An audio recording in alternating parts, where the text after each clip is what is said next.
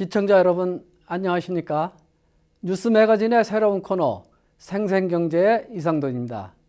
앞으로 격주로 진행되는 이 시간을 통해 생활과 밀접한 다양한 경제 이슈에 관한 실질적인 정보와 노하우를 알기 쉽게 정리해 여러분께 전해드리겠습니다. 오늘의 토픽은 미국 전역에 걸쳐 급증하고 있는 차압의 절차에 관한 것입니다. 제가 상담을 하면서 주변에 많은 분들이 차압 절차를 제대로 파악하지 못해 적지 않은 불이익을 당하는 것을 보고 도움의 말씀을 드리고 싶습니다. 미국은 각 주마다 차압 절차가 조금씩 다릅니다.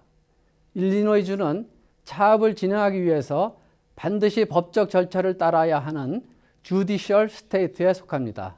그래서 경매 날짜, 이른바 포크로저가 잡히는데 최초 연체일로부터 약 1년 정도 법적 진행 시간이 소요되는 것입니다. 은행의 모기지를 3개월 동안 내지 않으면 은행과 집주인의 계약은 깨진 것이 됩니다. 연체가 3개월 되면 은행의 변호사가 법원을 통해서 서먼과 컴플레인트, 리퀘스트 등 3가지 서류를 동시에 보냅니다. 서먼은 법원에 나와달라는 그러한 통지서이고요. 그 다음에 컴플레인트는 집주인이 이런저런 것을 이행하지 않았다는 것을 설명하는 그런 서류가 되겠습니다. 그 다음에 마지막으로 리퀘스트는 법원에서 자기들이 법원을 통한 어떤 요구사항을 호모너한테 이런 밝히는 그런 내용이 되겠습니다. 이와 같은 서류를 받는 것은 차압 절차의 시작을 말하는 것이지 차압이 완료된다는 것은 아닙니다. 서류를 집주인이 받지 않으면 차압 절차가 시작되지 않기 때문에 이를 확실히 하기 위해 셰리프를 통해서 보내게 됩니다. 이 상황에서 셰리프는 단지 법원에 심부름하는 사람으로 생각하시면 됩니다. 또한 메일로 2차례 정도 보내지기도 하는데요. 처음의 서류, 즉 노티스 오브 디폴트에는 대개 법원 날짜가 없지만 날짜를 포함하고 있는 경우도 있기 때문에 유의하셔야 합니다. 이는 서류로 반응해 달라는 것인데 대략 약 28일을 줍니다. 처음에 반응이 없으면 두 번째 서류를 보내는데 이 두 번째 서머엔 법원에 나와달라는 날짜가 표기되어 있습니다. 그래서 날짜에 맞춰 법원에 출두해서 디폴트 저지먼트, 즉 일방적인 판결을 막는 것이 좋습니다. 그래야만 집주인이 권리를 오갖는 리뎀션 기간을, 즉 리뎀션 피어리드를 온전히 가질 수 있게 되는 것입니다.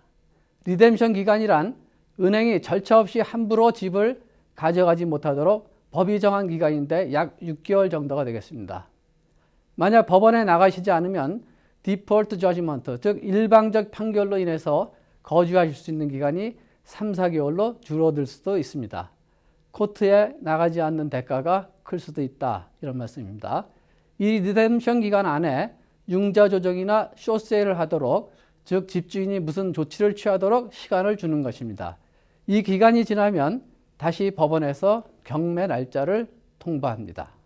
경매는 은행이 집을 팔려는 목적도 있지만 이것은 은행이 집을 가져가기 위해서 반드시 거쳐야 하는 과정입니다. 은행이 경매에서 집을 팔지 못하면 은행이 집을 사가는 형식으로 차압이 발생합니다. 경매를 해야만 은행이 집을 가져갈 수 있습니다. 경매가 발생한 다음엔 집을 찾을 기회가 실질적으로 없어집니다. 대체로 경매 전 상태를 프리 포크로저라고 하며 경매 후를 포크로저라고 말합니다. 경매 날짜가 그만큼 큰 의미가 있습니다. 그리고 경매 후에 마지막으로 법원에서 한번 서류가 하나 더 오는데요. 즉 집을 비워야 하는 날짜를 잡기 위해서 오는 것인데 판사 앞에서 요구하면 최대 3개월까지 머물도록 하고 법원에 출두하지 않으면 1개월 정도 머물도록 합니다. 즉 추방 날짜가 잡히는 것이죠. 그리고 집을 주어야 할 날짜가 가까이 오면 마지막으로 이빅션, 추방 날짜가 오게 되고요. 집을 비워주면 차압의 모든 과정이 완료되는 것입니다. 꼭 명심하셔야 하는 것은 법원에서 서류를 받더라도 이것은 단지 시작에 불과한 것이니 당황하지 마시고 과정마다 잘 대처하시면 됩니다. 아무것도 안 하고 앉아만 있으면 잃게 되는 것이 너무 많기 때문에 전문가에게 실질적인 것들에 관해 조언을 받으면 많은 도움이 될 것입니다. 다음 시간에 또 뵙겠습니다.